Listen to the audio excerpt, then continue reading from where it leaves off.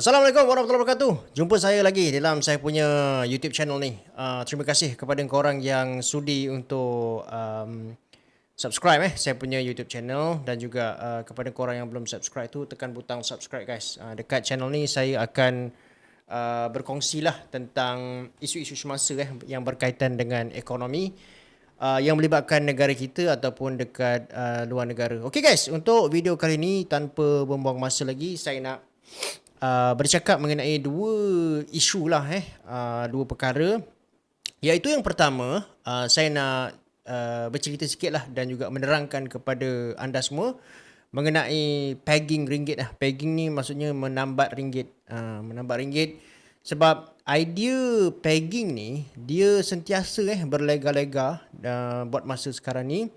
Terutamanya lah apabila kita nampak ringgit ni dia semakin jatuh nilai kan. Sekarang ni pun dah pernah pergi RM4.80 hari tu, dan kemudian untuk yang hari ni masa saya buat video ni dia dah strengthening sikit lah.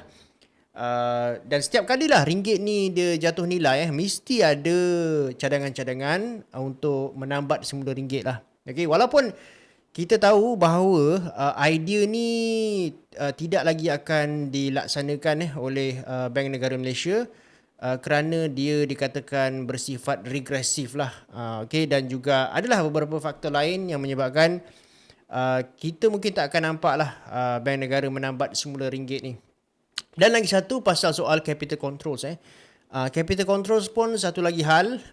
Ada juga orang yang masih lagi berpegang idea kepada idea capital controls, yang mana pada saya itu adalah sekali je lah yang kita akan buat, dan kalau kita buat lagi memang it will become disastrous to our economy because it will severely damage investors' confidence on our economy lah. So untuk capital control tu saya tak rasa lah dia akan dilaksanakan lagi. Tak tahulah, mungkin 50 tahun akan datang, 100 tahun akan datang, tak tahu. Tapi untuk yang buat masa ni, saya rasa tahun 1998 tu mungkin the last time kot kita buat capital control. Okay, walaupun tambatan ringgit ni dia bukanlah satu idea yang kita nampak akan direalisasikan, tapi I think it's worth to talk about it, just for our knowledge lah, apa yang dimaksudkan dengan tambatan ringgit dan macam mana dia berfungsi. Dan mungkin saya boleh share sedikit kenapa tambatan ringgit buat masa ni tidak dilaksanakan oleh kerajaan ataupun bank negara. Okay? Dan yang kedua pula, saya nak respon sedikit lah tentang satu statement daripada Governor Bank Negara iaitu Abdul Rashid Ghaffour, yang mana beliau telah pun mengeluarkan kenyataan bahawa ringgit sebenarnya adalah undervalued pada kadar sekarang ni, iaitu RM4.70 lebih, hampir kepada RM4.80 tu, dia adalah sebenarnya undervalued. Jadi dalam video ni saya akan explain kepada anda apakah yang dimaksudkan dengan perkataan undervalued tu.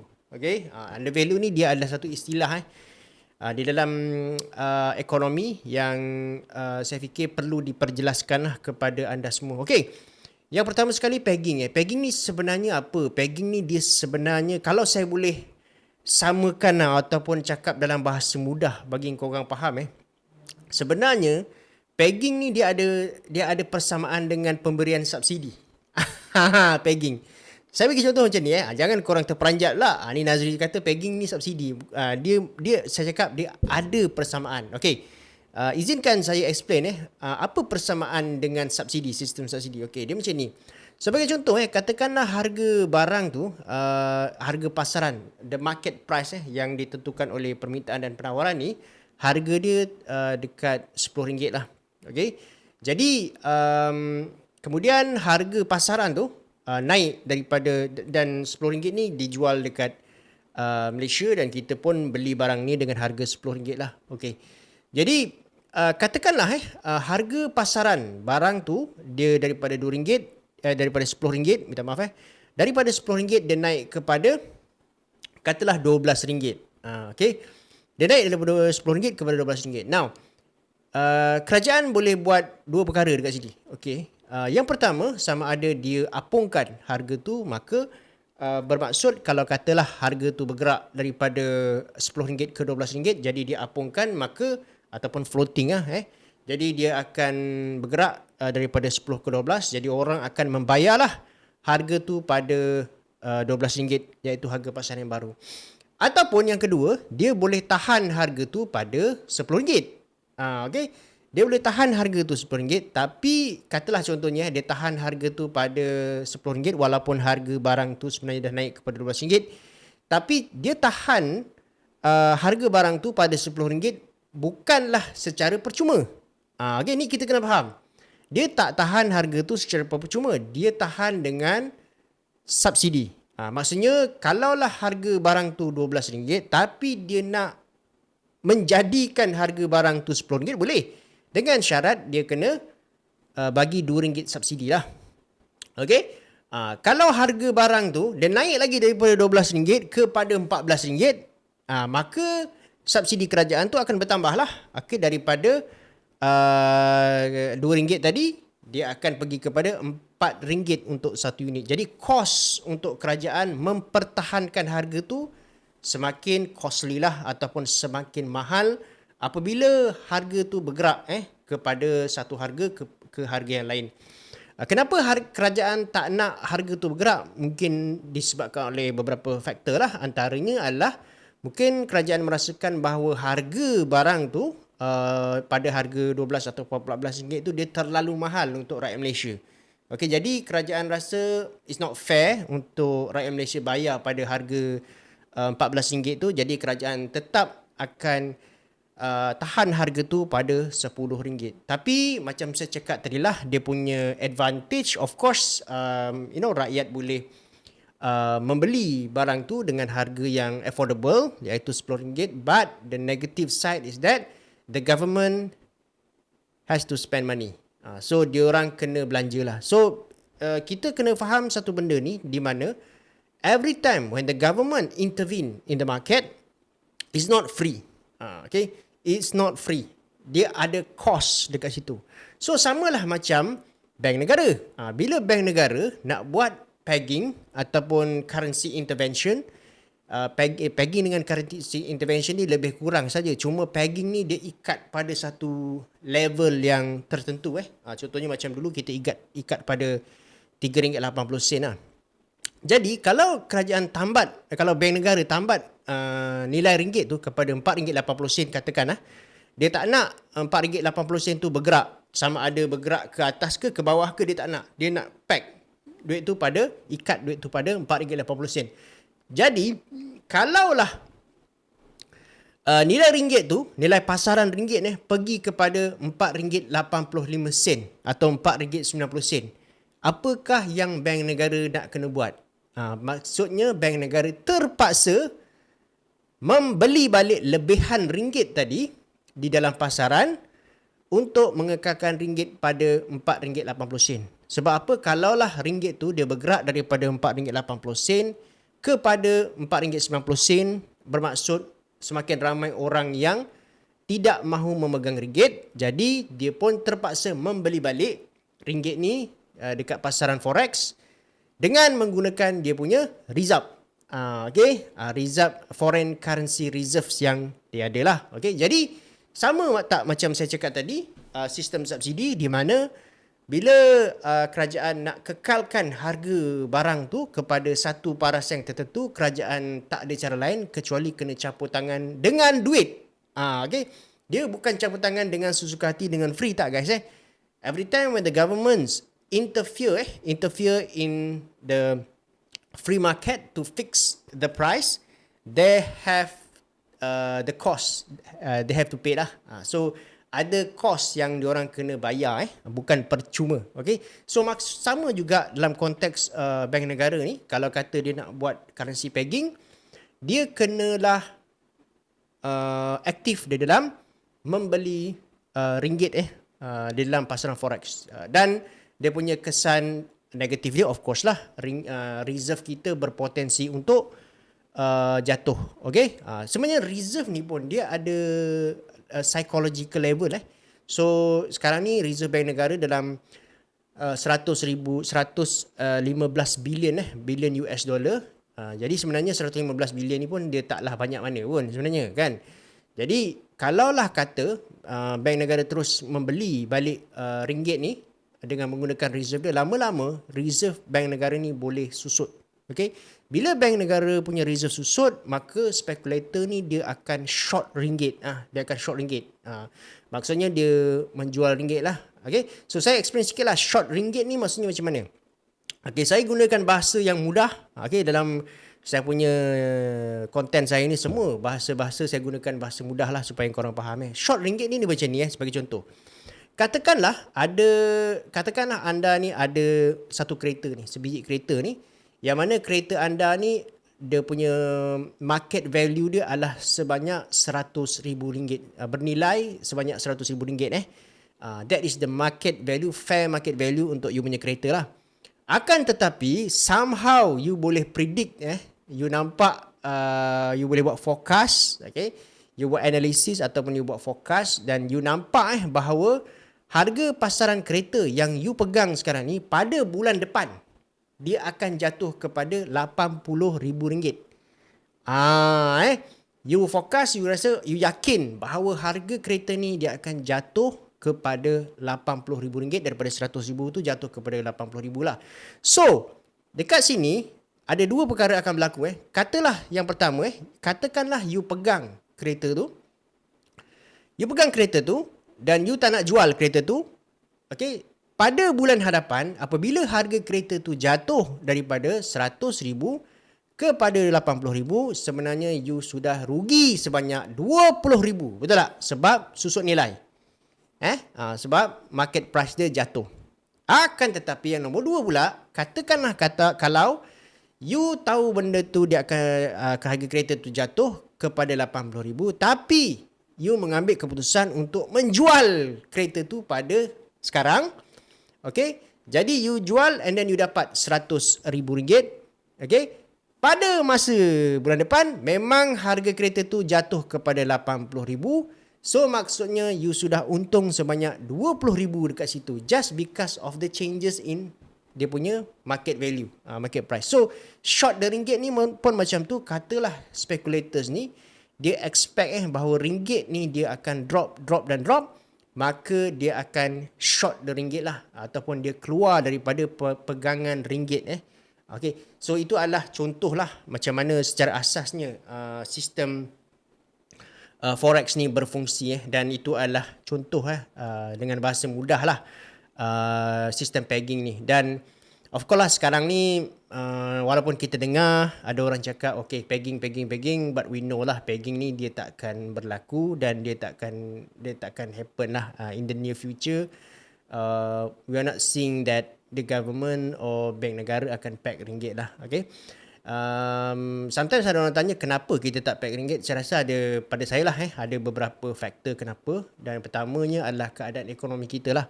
Keadaan ekonomi kita tak sama macam 1998 tu, sebab pada tahun 1998 currency kita jatuh bersama dengan ekonomi kita. Okay, dia jatuh bersama, dia drop bersama dengan ekonomi kita. Kalau kita tengok pasaran bursa jatuh, kita punya GDP growth jatuh, kita punya kadar pengangguran naik. Memang kita dalam severe economic crisis pada masa tu. Jadi kita tambahlah ringgit supaya nilai ringgit tu tak terus jatuh. Okay? Dan juga pada masa yang sama, yang kedua, kenapa kita tak tambah ringgit tu, I think because of pada masa tu kita diserang oleh speculator. Speculator ni dia orang panggil herd behavior, iaitu dia bergerak secara berkumpulan, dia serang kita punya mata wang, dia jual mata wang kita secara beramai-ramai. So disebabkan itu kita tak ada cara lain, kita kena pertahankan ringgit ni dengan pegging lah. Tetapi sekarang ni kita sebenarnya bukan diserang oleh spekulator. Kita jatuh sekarang ni, ringgit Malaysia jatuh disebabkan oleh beberapa faktor luar yang besar lah buat masa ni. Sebagai contoh macam kadar faedah US yang tinggi, contohnya macam ekonomi China tak recover, and those are the things lah yang menyebabkan nilai ringgit kita jatuh pada hari ni, but not because of speculators. Dan yang ketiga, saya fikir the direction of Bank Negara Malaysia and also the Malaysian government ni, kita sekarang ni bergerak towards market friendly policy.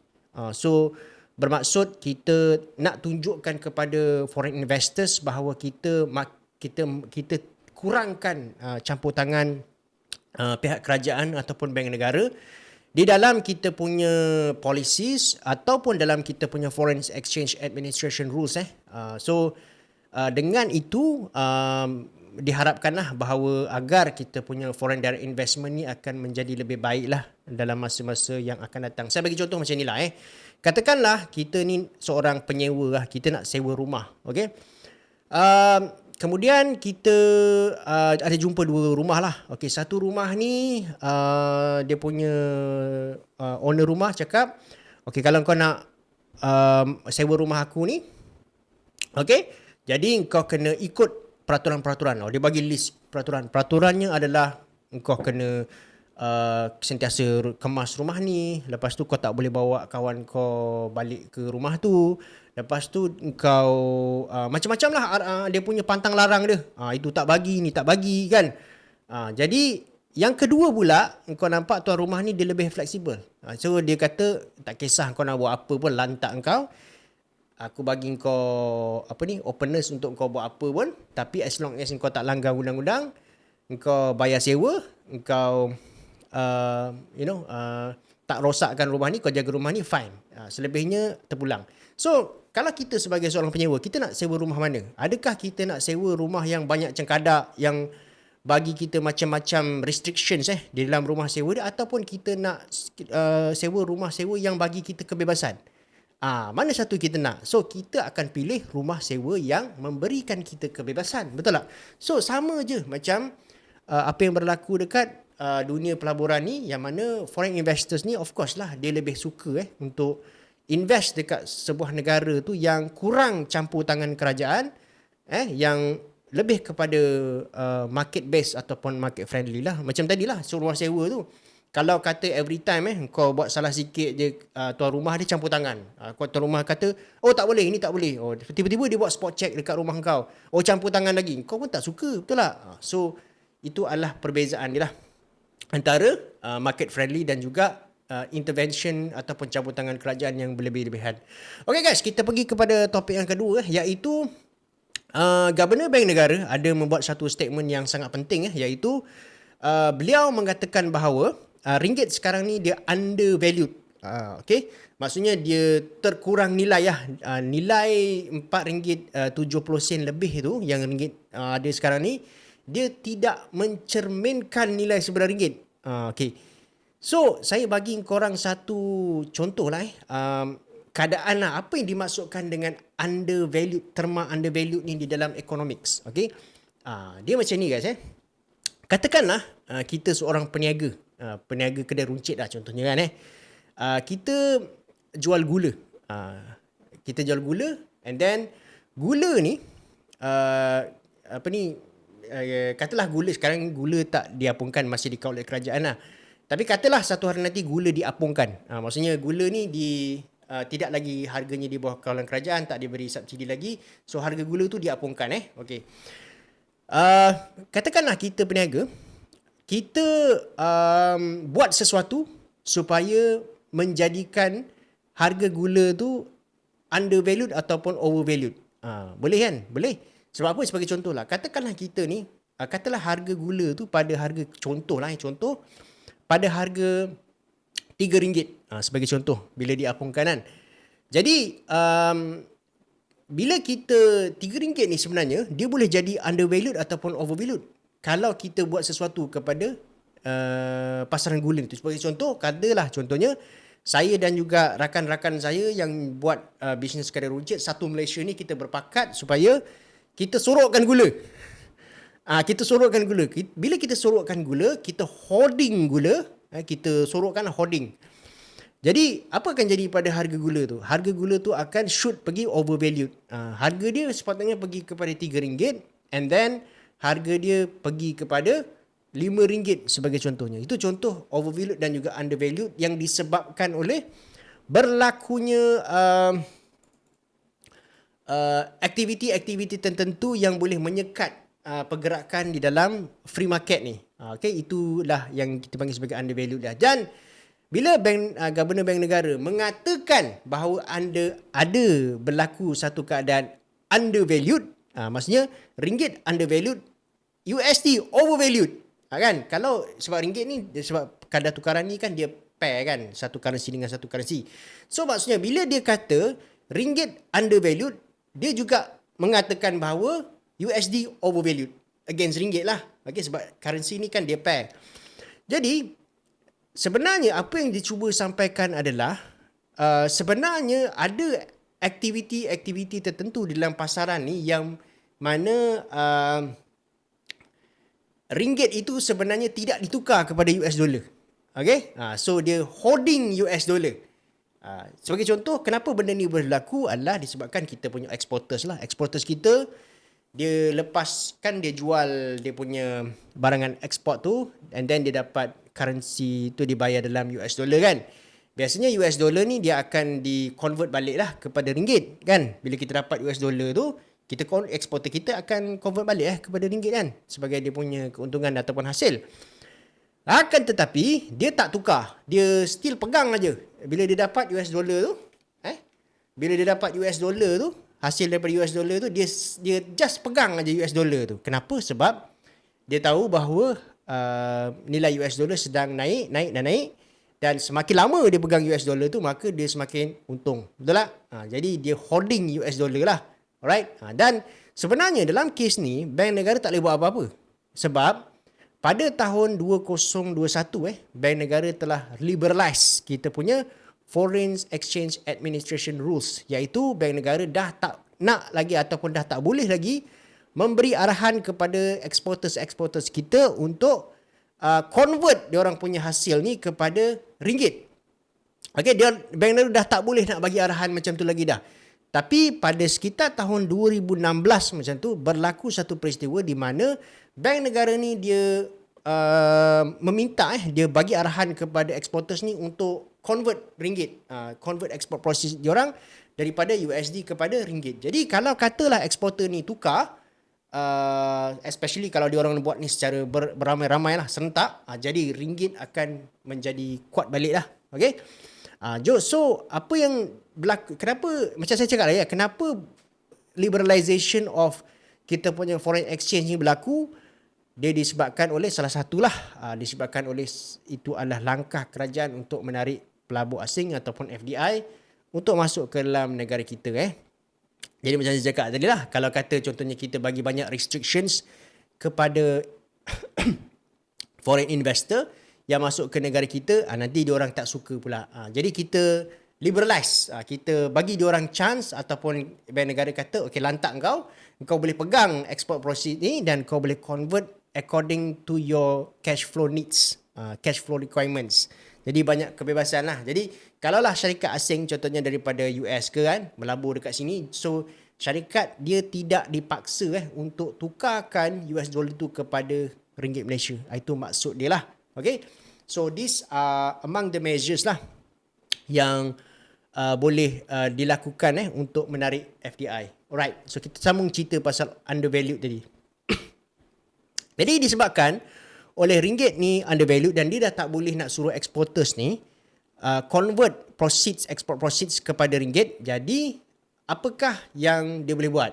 Okay, dia boleh minta GLICs ataupun GLIC, Government Linked Investment Companies ataupun Government Linked Companies, GLCs, untuk convert diorang punya investments abroad daripada USD kepada ringgit. So walaupun dia tak boleh control syarikat-syarikat swasta, tapi untuk GLC ataupun GLICs, I think dia boleh still bagi arahan untuk convert balik lah export investments diorang yang dipegang dalam US dollar, bawa balik masuk ke Malaysia dan juga tukar daripada USD tu ke ringgit Malaysia. Sebab tu kalau korang baca petikan daripada berita tu, korang tengok berita daripada petikan statement Governor Bank Negara tu, korang akan nampak bahawa Bank Negara dikatakan sedang berbincang dengan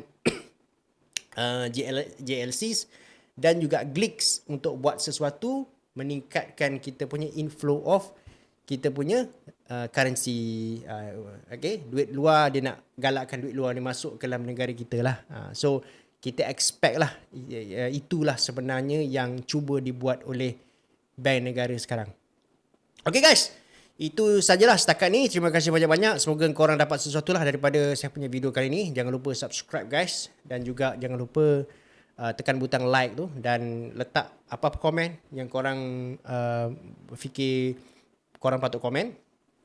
Just tulis je dekat ruangan komen tu. Ataupun ada cadangan penambahbaikan. Terima kasih banyak-banyak guys kerana support saya punya YouTube channel. Assalamualaikum.